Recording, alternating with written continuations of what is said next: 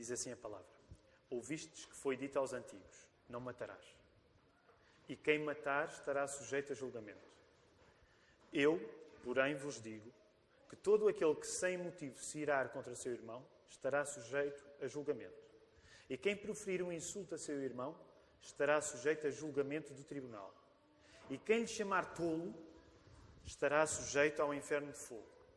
Se, pois, ao trazeres ao altar a tua oferta, ali te lembrares de que teu irmão tem alguma coisa contra ti, deixa perante o altar a tua oferta.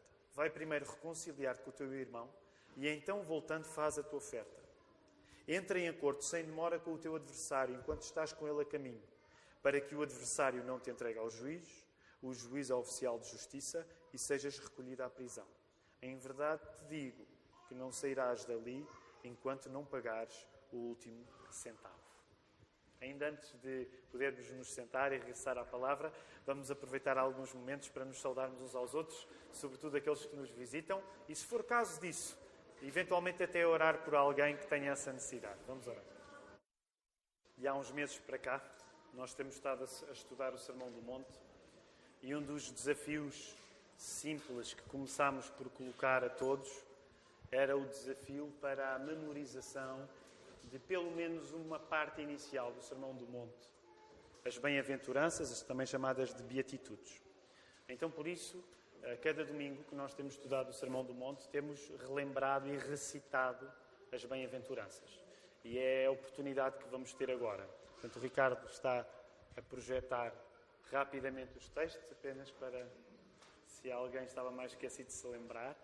Se está connosco a primeira vez, fique descansado, não tem de saber de cor algo que não memorizou, mas deixem-me desafiar todos, dizer-vos que enquanto igreja, enquanto comunidade, uma das coisas que nos anima é a memorização de textos bíblicos, porque temos sentido a transformação que acontece quando os textos bíblicos são colocados no nosso coração através da memorização. Significa que passamos a ter uma Bíblia, uma aplicação da Bíblia ainda mais eficaz do que uma aplicação no telemóvel. No telemóvel é ótimo, podemos lê-la no telemóvel.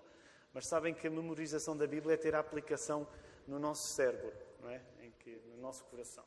E por isso, então, gostamos de recitar as bem-aventuranças e aconselhar sempre outros a poderem decorar partes da Bíblia. Há pessoas na nossa igreja que estão a decorar todo o Sermão do Monte e, portanto, esse é também um desafio interessante. Então o Ricardo mostrou e já tirou, portanto cada um teve o seu tempo para memorizar, para relembrar.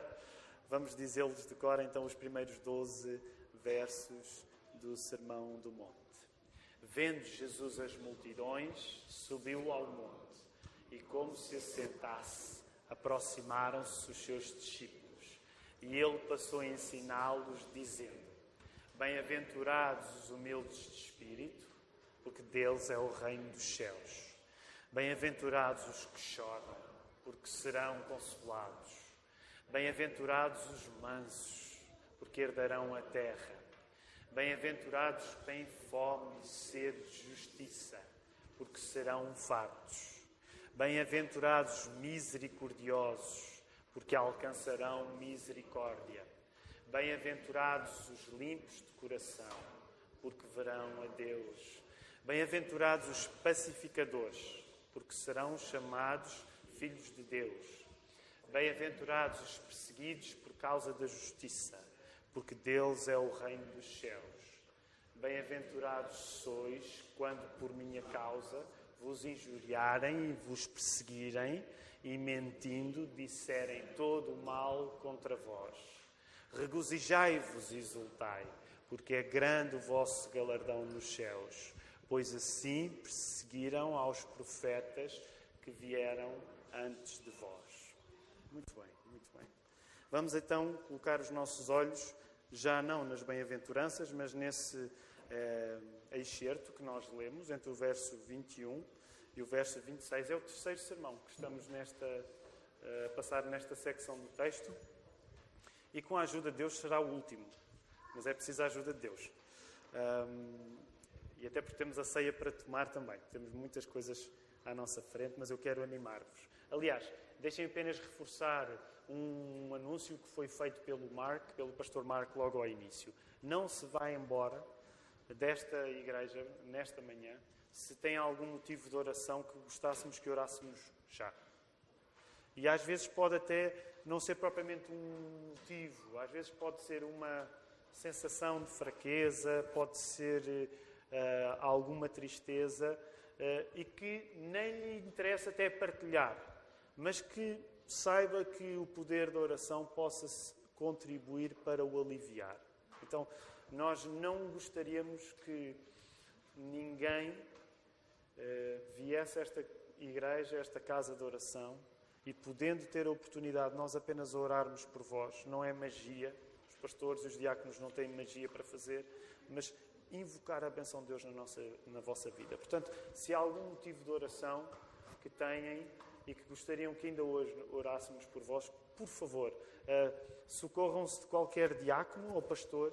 Nós estamos identificados, eu tirei agora só durante um momento o meu crachá, mas já vou voltar a pô-lo e estamos disponíveis para poder orar por vocês.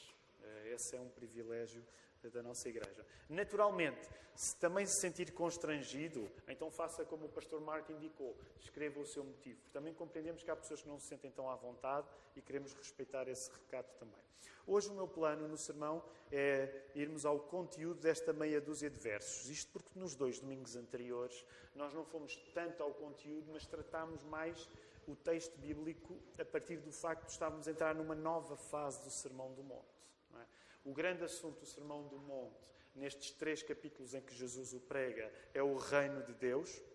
Mas uma coisa interessante que vai começar a acontecer agora, nestes versos que nós estamos a estudar, é que Jesus intencionalmente vai estabelecer um contraste entre o modo como a lei era tradicionalmente interpretada e os intérpretes mais populares eram os escribas e os fariseus, e Jesus vai criar um contraste entre a interpretação mais popular protagonizada pelos escribas e os fariseus e a interpretação dele próprio.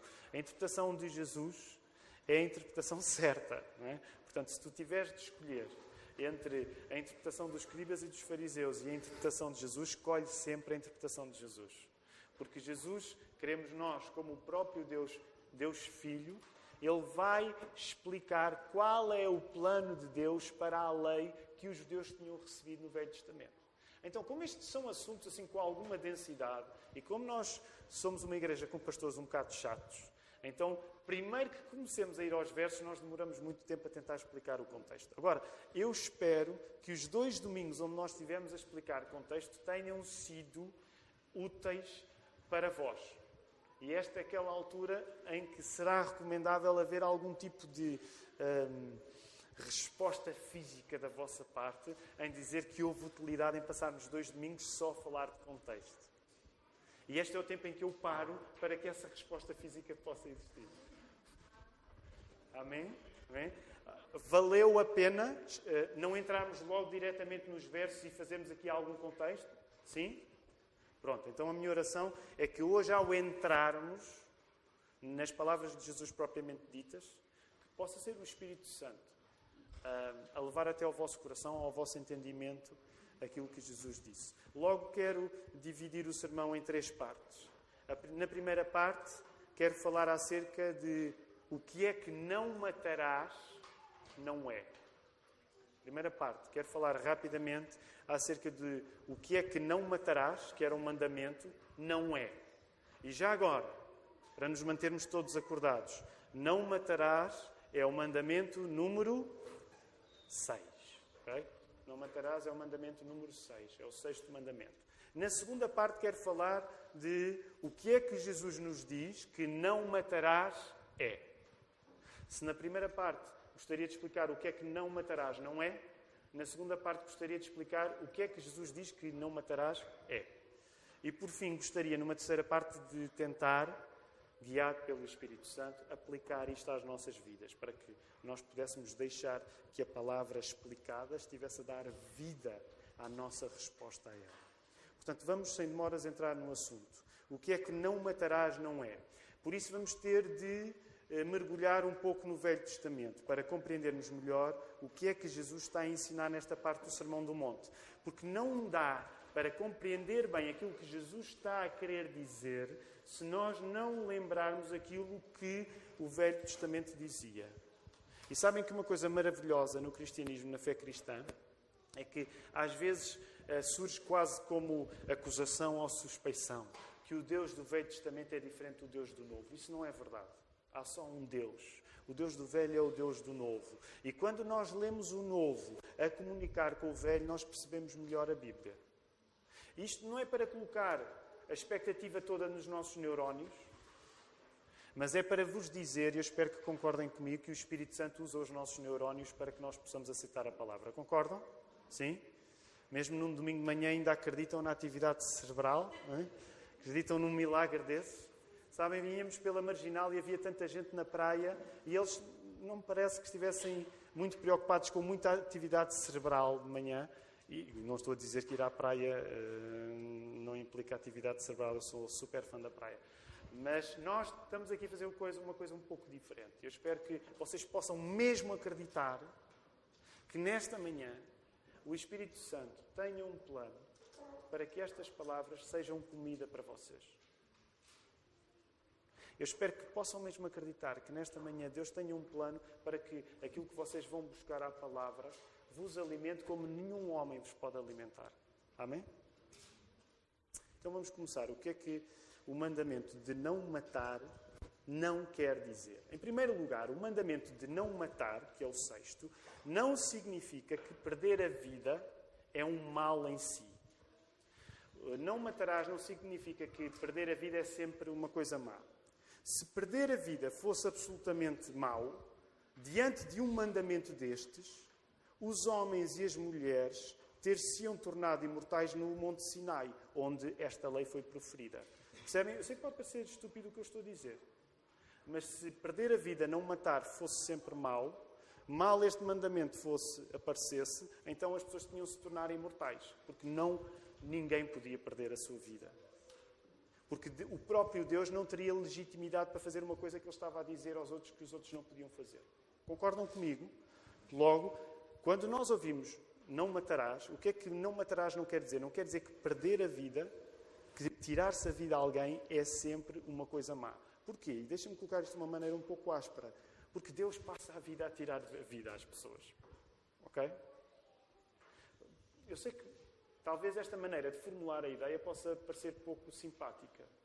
Mas, de facto, por exemplo, um dos textos no Velho Testamento que nós gostamos de usar, por exemplo, em funerais, é aquele texto num livro incrível, que é o livro de Jó. Lembram-se do início do livro de Jó? Quando Jó passa por uma provação tal, provação essa sancionada por Deus. Deus não teve a ideia, quem teve a ideia foi Satanás, mas Deus deu liberdade a Satanás para ele levar a sua ideia até ao fim. E uma das coisas interessantes é que quando acontece uma tragédia e Jó perde os seus filhos, lá em Jó 1,19, logo a seguir no versículo 20 de Jó 1, Jó diz estas palavras incríveis, que é: o Senhor o deu, o Senhor o tomou, bendito seja o nome do Senhor. E sabem, por incrível que pareça, nós usamos esta frase em muitos dos nossos funerais. A lógica da Bíblia é desavergonhadamente centrada na legitimidade que Deus tem para dar e tirar a vida às pessoas. Sabem, é por causa disso que nós podemos usar a frase que Jó usou no funeral. Se tirar a vida a alguém fosse sempre mau, nós faríamos dos nossos funerais uma razão para acusarmos Deus e não para o louvar. E com isto também não quero enganar ninguém. É óbvio que num funeral existem sentimentos de tristeza, existem sentimentos de luta que Deus aceita no nosso coração. Ele compreende a nossa tristeza. Jesus sentiu luto no seu coração quando o seu amigo Lázaro morreu. Portanto, não é errado para um cristão, quando ele perde alguém, quando alguém morre, querido, não é errado para essa pessoa ficar triste, ficar profundamente abatida. O próprio Jesus passou por isso. No entanto, nós sabemos que, ao mesmo tempo que não é errado para nós ficarmos tristes quando alguém que nós amamos morre, não é errado para Deus decidir tirar a vida de alguém. É nesse sentido que nós não podemos equivaler o 6º mandamento, não matarás, à ideia que tirar a vida é sempre errado. Não, não é sempre errado, porque Deus faz isso. Deus toma isso nas suas mãos. E sabem, provavelmente nós, até pode dar-se o caso de sermos pessoas que temos sido poupadas de ver pessoas que amamos a morrer. À medida que vamos ficando mais velhos, isso começa a acontecer mais. Mas uma coisa importante é nós sabermos que Deus tem mesmo a legitimidade para dar a vida e para tirar a vida. E que nós podemos dizer essas palavras que às vezes quase nos parecem assustadoras, que Jó disse: Deus o deu, Deus o tirou, bendito seja o nome do Senhor. Agora era aquela altura, eu não vou fazer, mas era aquela altura em que se estivéssemos num grupo mais pequeno, eu gostaria de vos perguntar: é fácil isso para ti? É fácil para ti lidar com a perda de alguém que amas? Claro que não. Como é que tens lidado quando perdes alguém que amas? Tens sentido a tua fé abalada?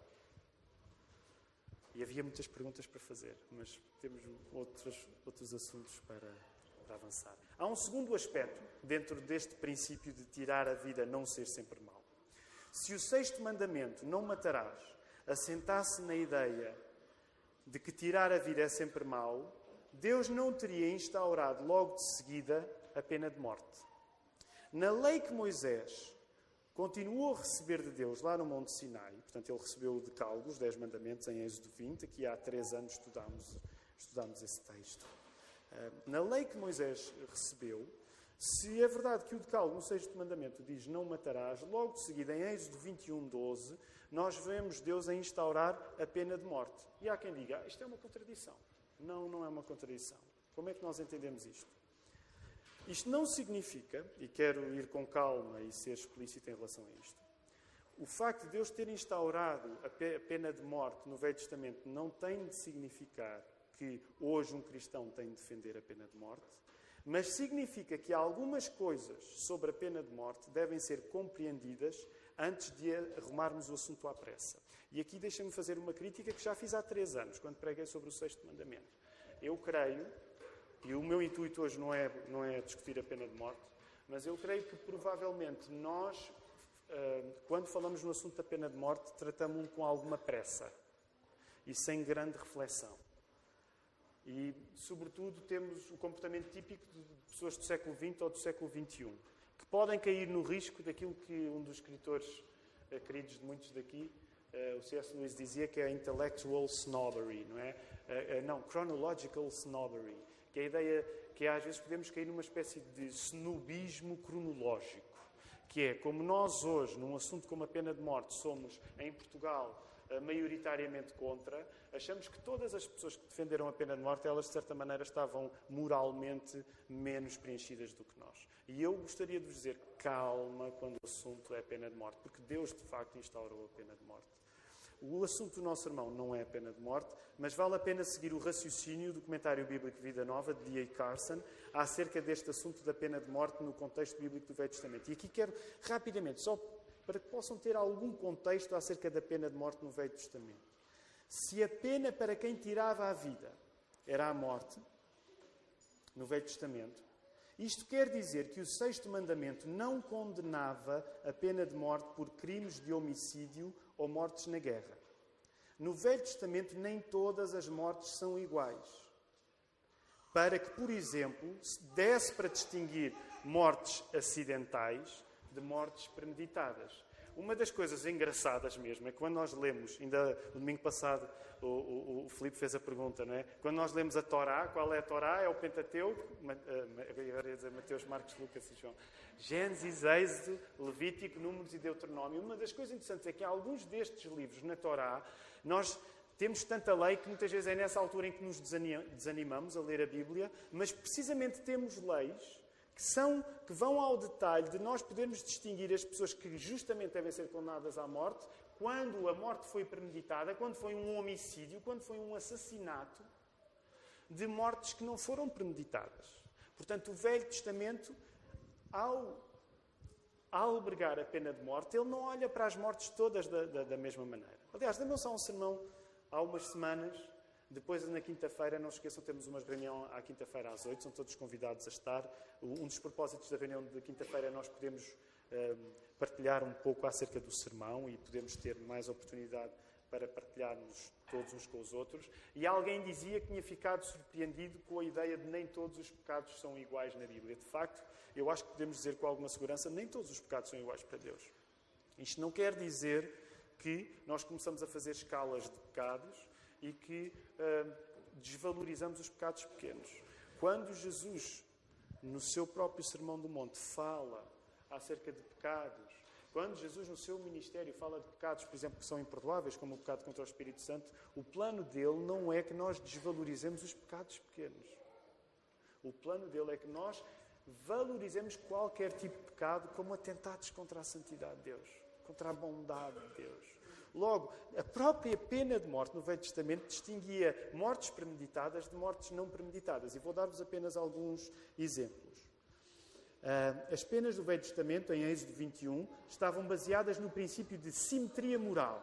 O castigo deve equivaler ao crime. Nos filmes americanos diz como é que é?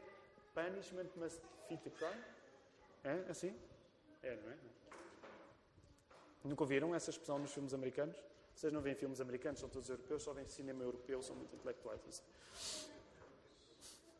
Então, o crime, o castigo deveria corresponder ao crime. Êxodo 21, 23, 25, ao estabelecer a tão incompreendida chamada lei de talião. Qual é a lei de talião? Olho por olho, dente por dente. Quando o Velho Testamento usa esta expressão, ele não deseja perpetuar a violência, como geralmente a interpretação apressada interpreta.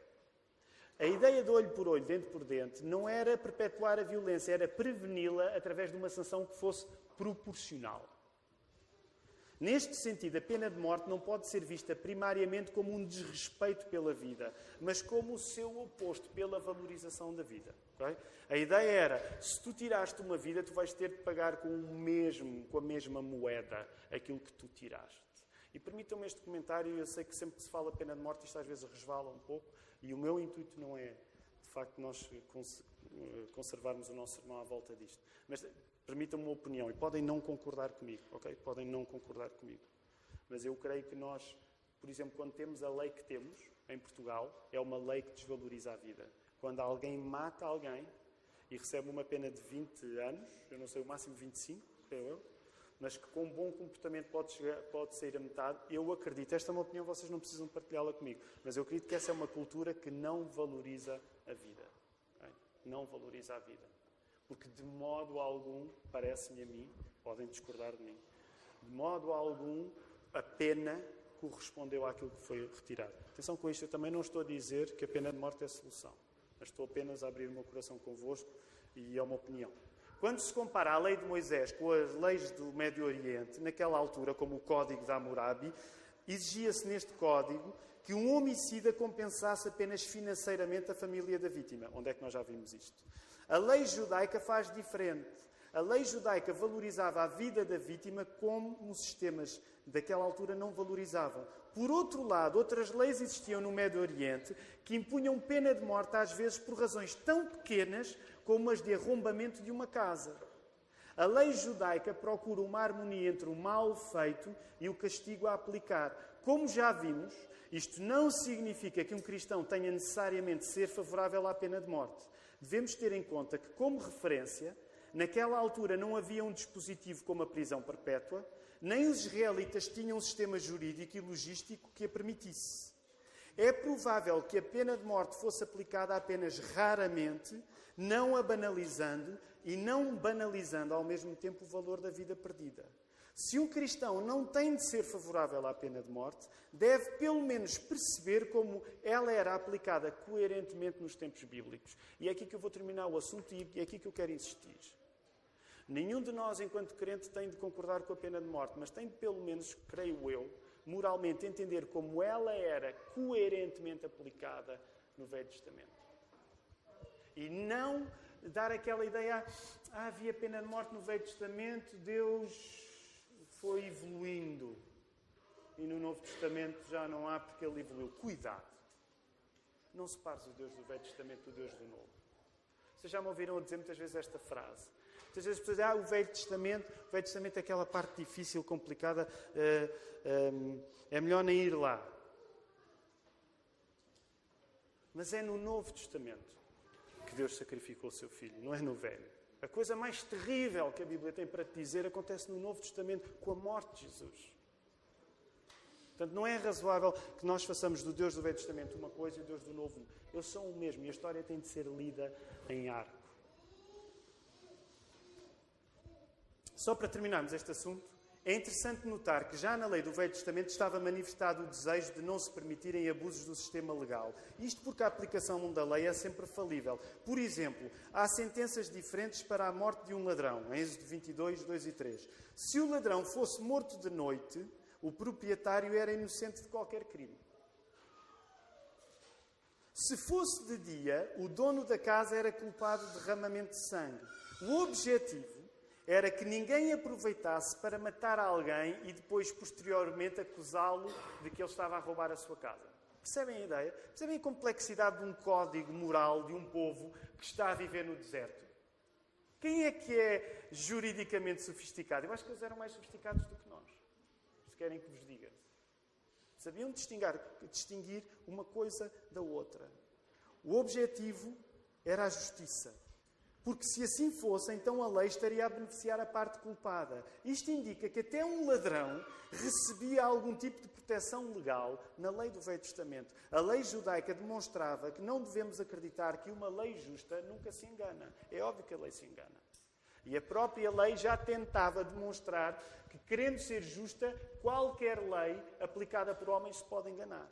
E isso era admirável. Uma das maneiras de resumir este assunto poderia ser explicar que não matarás, e alguns de vocês ouviram isto há 3 anos, quando falámos sobre Êxodo 20, não matarás deveria ser traduzido de outra maneira, devia ser traduzido como não assassinarás, okay? Não cometerás o homicídio. Seria uma tradução mais justa em relação ao que não matar quer dizer ali. Em primeiro lugar, o mandamento de não matar o sexto, vimos que não é que tirar uma vida não pode ser sempre o mal em si. Mas agora gostava de oferecer um segundo aspecto a esta questão. O mandamento de não matar, o sexto, não diz que matar se resume a um ato físico. E é aqui que Jesus vai entrar. Okay? Porque em grande parte, e o Filipe já falou isto na semana passada, em grande parte o que é que os intérpretes da lei estavam a fazer? Não matarás, eles estavam a resumir o não matar a um ato físico, em que eu tiro a vida de alguém. Como vimos na semana passada, num movimento de resumo, e o Filipe falou, lembram-se esta questão do movimento de resumo e no movimento de expansão? Quando nós temos o decálogo, temos ali o quê? O que é que está a acontecer? É um movimento de resumo ou é um movimento de expansão? Só para ver se vocês estavam com atenção na aula passada. O que é que temos no decálogo? É um movimento de resumo ou é um movimento de expansão? É um movimento de resumo. São apenas 10 mandamentos para dizer o pior que pode acontecer, tendo em conta uma grande multidão de pecados que nós podemos praticar. Qual é o movimento de resumo no 6º mandamento? Tendo em conta o pecado da indiferença, tendo em conta o pecado da ira, tendo em conta o pecado do ódio, tendo em conta o grande oceano de pecados que sentimentos destes podem gerar, não matar é o pior que tu podes fazer. O movimento de resumo. Por isso é que são só 10. Porque não matar é o pior que tu podes fazer com estes sentimentos. Mas atenção, agora é a vez em que Jesus entra para explicar melhor aquilo que os dois não tinham percebido. Não matar não se resume a tirar a vida de alguém. E agora vamos entrar no movimento de expansão que o Filipe explicou a semana passada. No movimento de resumo, o mandamento de não matar diz para não fazermos o pior que pode acontecer com a atitude de desconsideração com a vida de alguém, que é o assassínio. Mas no movimento de expansão, o não matarás leva-nos muito além do que é físico. E é precisamente isso que Jesus vai explicar. Isto leva-nos ao segundo ponto do argumento deste sermão, que é o que Jesus nos diz que não matarás é. Okay? Quero avançar rapidamente, mas esta é a parte em que eu vos quero falar. O que é que Jesus diz que não matar é? E agora reparem, Jesus, como bom rabi, e falámos nisto há 2 semanas, creio, como bom rabi, Jesus agora vai dar a teoria dele. Cada rabi dava a sua teoria acerca da interpretação da lei. Agora reparem o modo como Jesus vai expandir o assunto. Reparem bem o modo como Jesus vai ampliar o assunto. Voltem a colocar, por favor, os vossos olhos no texto. Okay. Jesus está a falar sobre o 6º mandamento. E agora, parafraseando, Jesus está a dizer, e eu estou a parafrasear, Jesus não falava assim, mas é uma força de expressão. Jesus está a dizer, pessoal, qual é o 6º mandamento? Não matarás. Boa. Então eu vou agora explicar-vos o que é que não matar quer dizer. E vejam lá.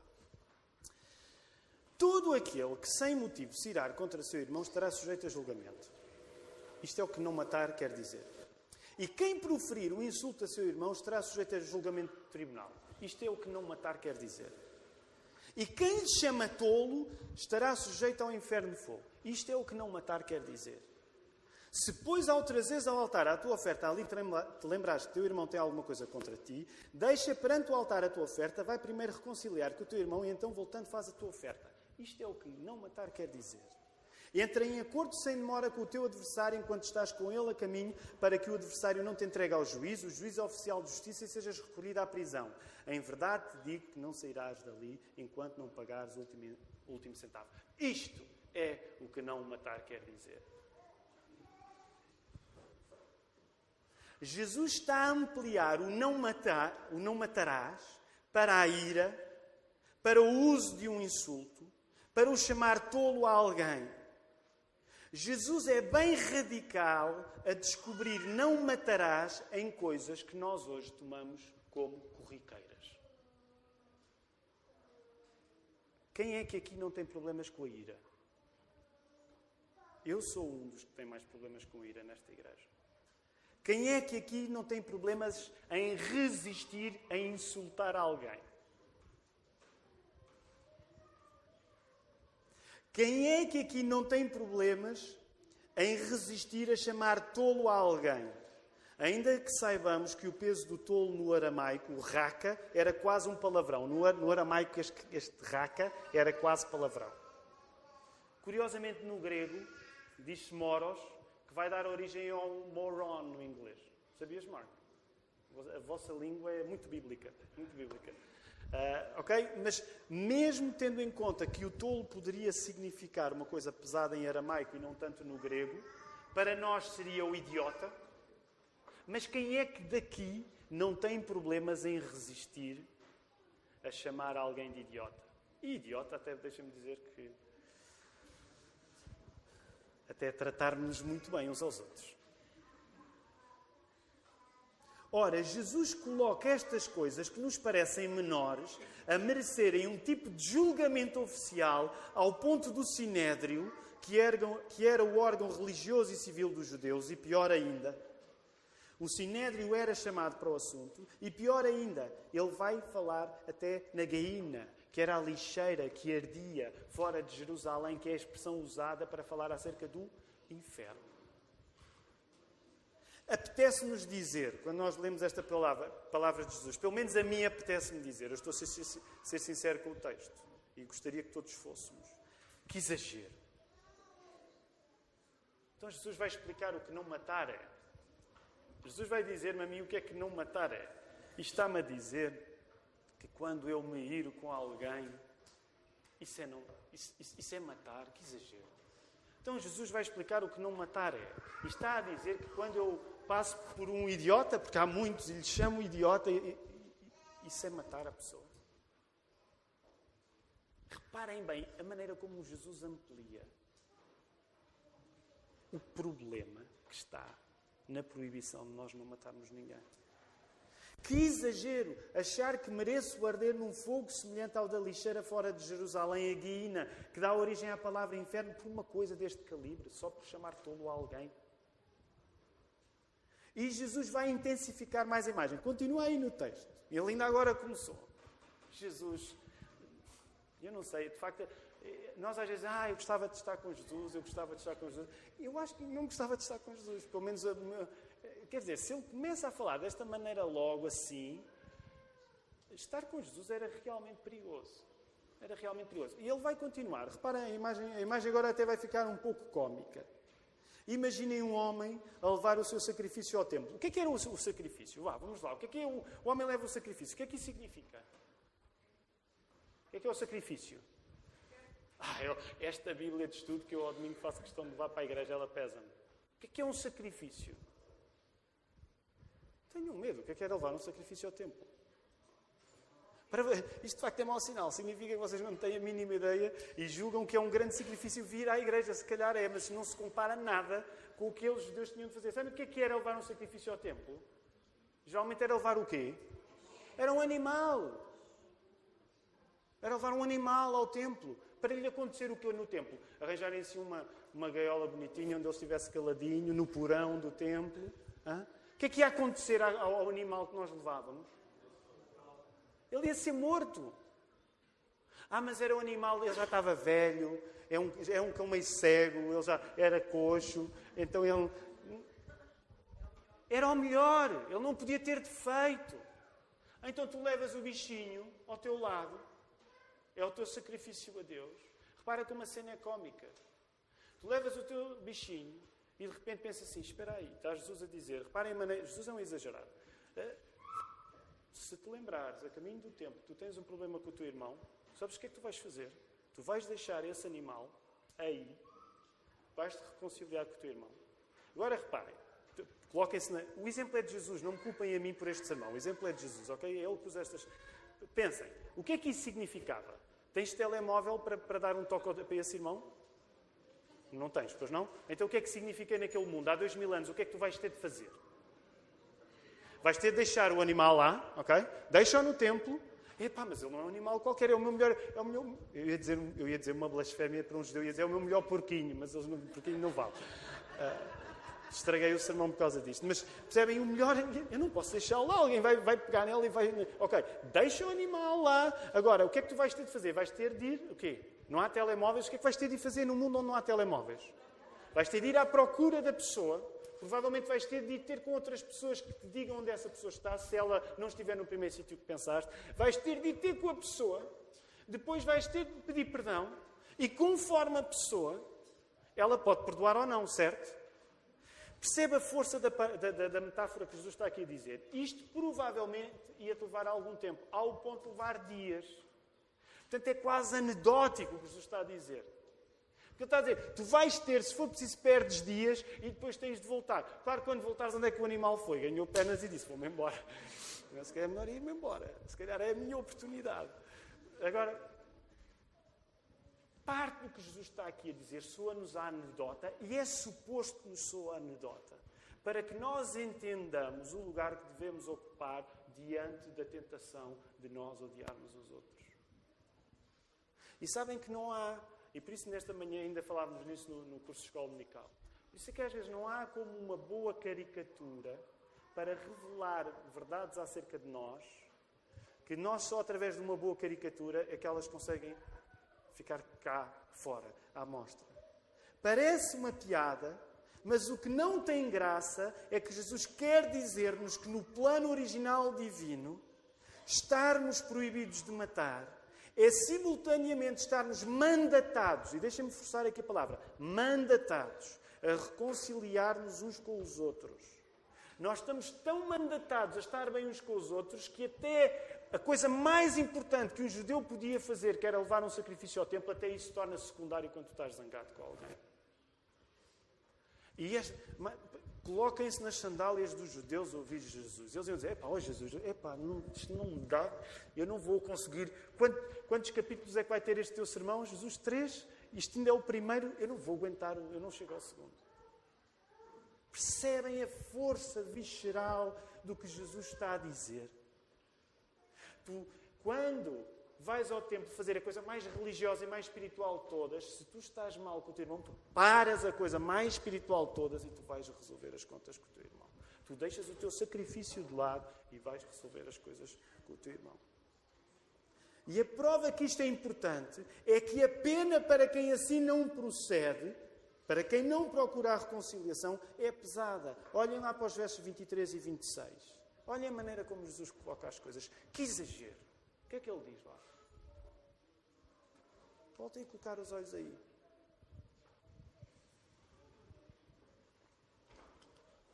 Entra em acordo sem demora com o teu adversário enquanto estás com ele a caminho, para que o adversário não te entregue ao juiz, o juiz oficial de justiça, e sejas recolhido à prisão. Em verdade te digo que não sairás dali enquanto não pagares o último centavo. Permitam-me este nota à parte. Eu tenho dificuldade quando as pessoas dizem que Jesus era... Às vezes há aquela ideia, Jesus pegava as coisas pela positiva. Isso não é verdade. Jesus pega as coisas pela positiva quando é preciso pegar pela positiva e muitas vezes pega a coisa pela negativa quando é preciso pegar pela negativa. O que ele está aqui a dizer, e deixem-me ser um bocado bruto a dizer isto, este é um argumento de medo. E Jesus usa-os algumas vezes. Eu não gosto de cristãos que usam argumentos de medo. Então tu não gostas do fundador do cristianismo, porque ele usa bastante isso. O que ele está a dizer, se tu não fizeres isto, o pior que pode acontecer, num certo sentido, é a tua própria perda da tua alma, e na imagem metafórica aqui, no verso 25 e 26, é que tu vais parar à prisão e ninguém te livra de lá. Agora percebam que esta prisão é uma prisão para nós entendermos espiritualmente. Tu vais parar a um sítio onde ninguém te vai livrar de lá, a não ser que pagues o último centavo, a não ser que tenhas alguma coisa que seja capaz de restituir todo o mal que tu fizeste. Para Jesus, não matar é buscar a reconciliação e a amizade e, consequentemente, lutar contra o desenvolvimento natural do ódio, da indiferença e do ressentimento em nós. Deixem-me terminar dizendo isto e vamos para as aplicações, mas deixem-me voltar a repetir esta frase. O que é que para Jesus não matar é? Para Jesus não matar é buscar a reconciliação e a amizade e, consequentemente, lutares contra o desenvolvimento natural do ódio, da indiferença e do ressentimento dentro de ti. Isto é o que não matar é para Jesus. Agora, quero aplicar rapidamente 3 passos isto à nossa vida. Em primeiro lugar, não tomes a lei. O Filipe pregou sobre isto a semana passada. Não tomes a lei, não tomes a disciplina, não tomes as ordens de Deus como aquilo que acontece quando Deus só não chega. E às vezes nós temos a ideia, a lei é o que acontece quando não há Deus. No certo sentido, porque quando temos Deus não precisamos de mais nada. É verdade que quando nós temos Deus não precisamos de mais nada, porque Deus é a própria lei para nós. No certo sentido é verdade. Mas eu gostaria de avisar de uma coisa. Não olhes para comportamentos exigentes como uma coisa dissociada da vontade de Deus para ti. Percebem onde eu estou a querer chegar? Não olhes para estes comportamentos tão exigentes que Jesus está a falar como coisas dissociadas da tua vida. Se assim fosse, Jesus não teria descoberto um desejo homicida inconfessado em atitudes que nos parecem tão inócuas como chamar alguém de idiota. Ou em atitudes que nos parecem tão inócuas como a ira. Toma estes comportamentos difíceis que Jesus te está aqui a recomendar, deixa o sacrifício, vai reconciliar-te com o teu irmão. Toma esse comportamento difícil de não te irares, de não insultares ninguém, como uma parte fundamental de tu pertenceres ao reino de Deus. Sabem, só agora, eu tenho mesmo de terminar este sermão, mas isto agora dava para outro sermão, só para aplicar às nossas vidas. Agora começar a aplicar às nossas vidas.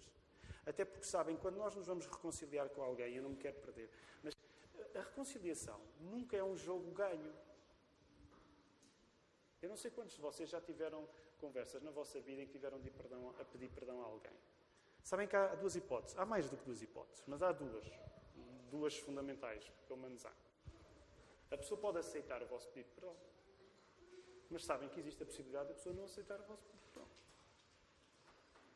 Portanto, sempre que há uma conversa de reconciliação, é uma coisa realmente difícil na nossa vida.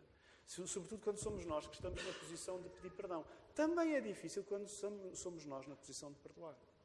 Se formos sinceros, há coisas que são tão difíceis de perdoar que muitas vezes o melhor que nós conseguimos é ficar num estado intermédio de tentar ir perdoando.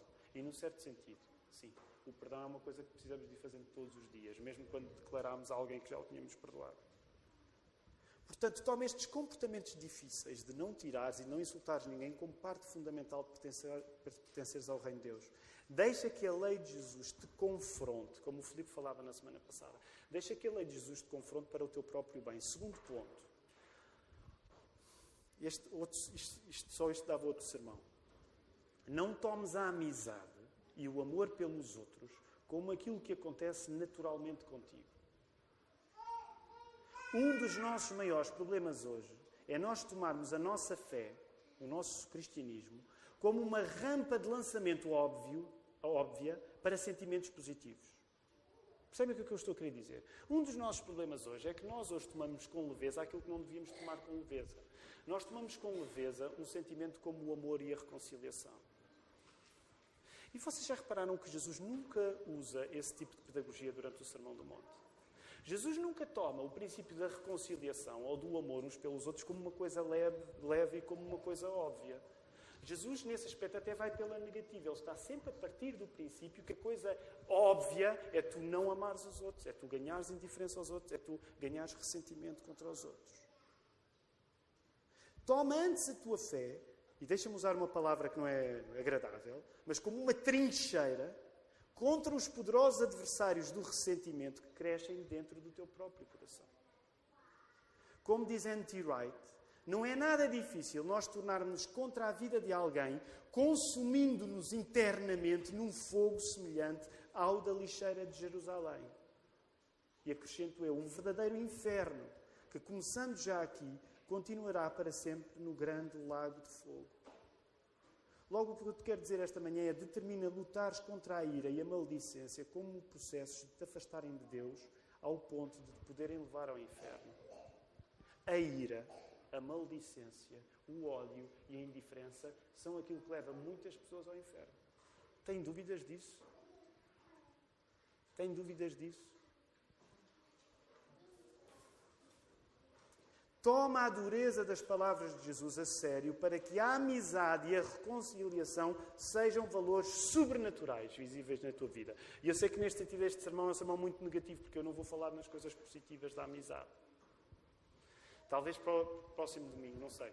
Não sei bem como é que vamos fazer. Mas de facto gostaria que nós olhássemos para a amizade como aquilo que ela é.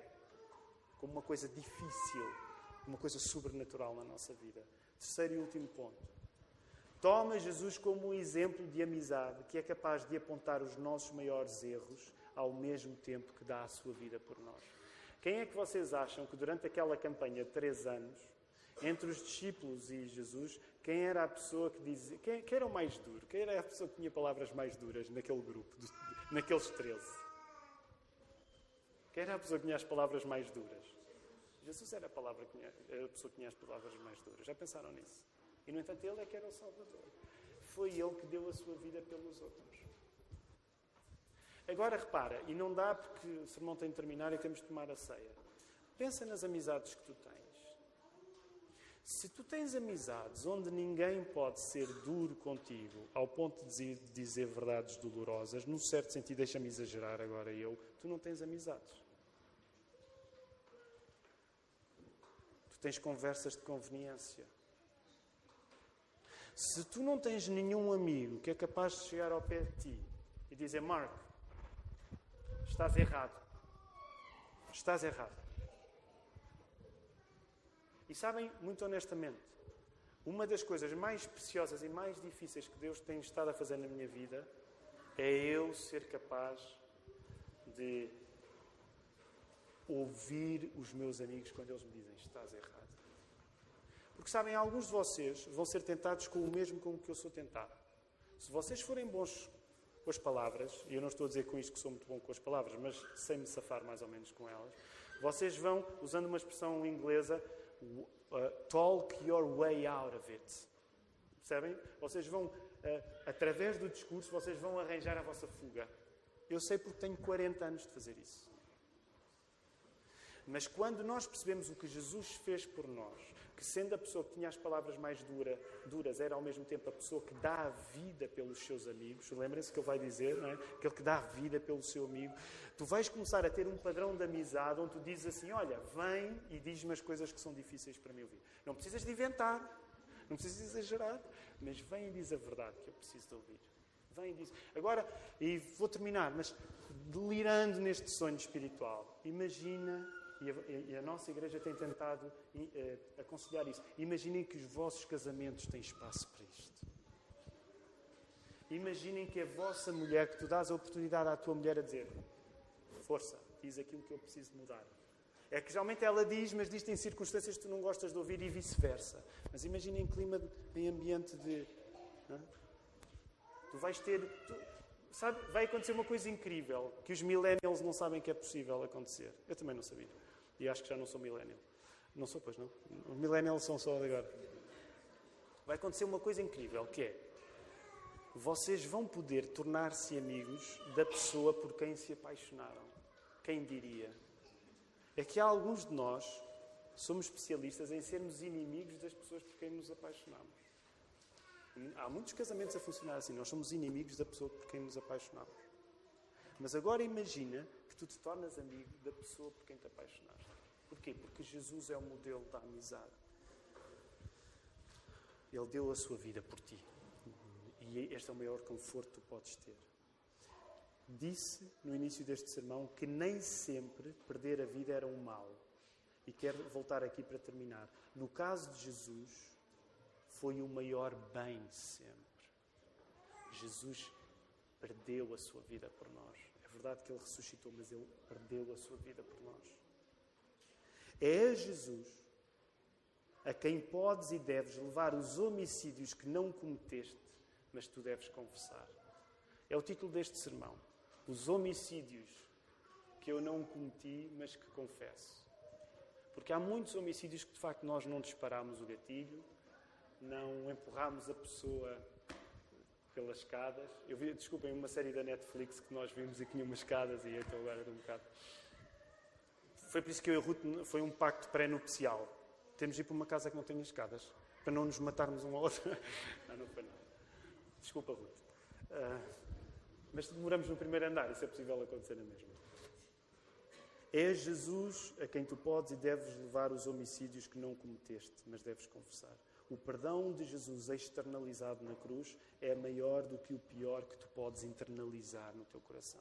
E por isso eu quero terminar, eu sei que foram palavras muito negativas, mas com uma palavra de esperança. Leva a Jesus os teus crimes internos, porque Ele tem perdão para te perdoar. Amém?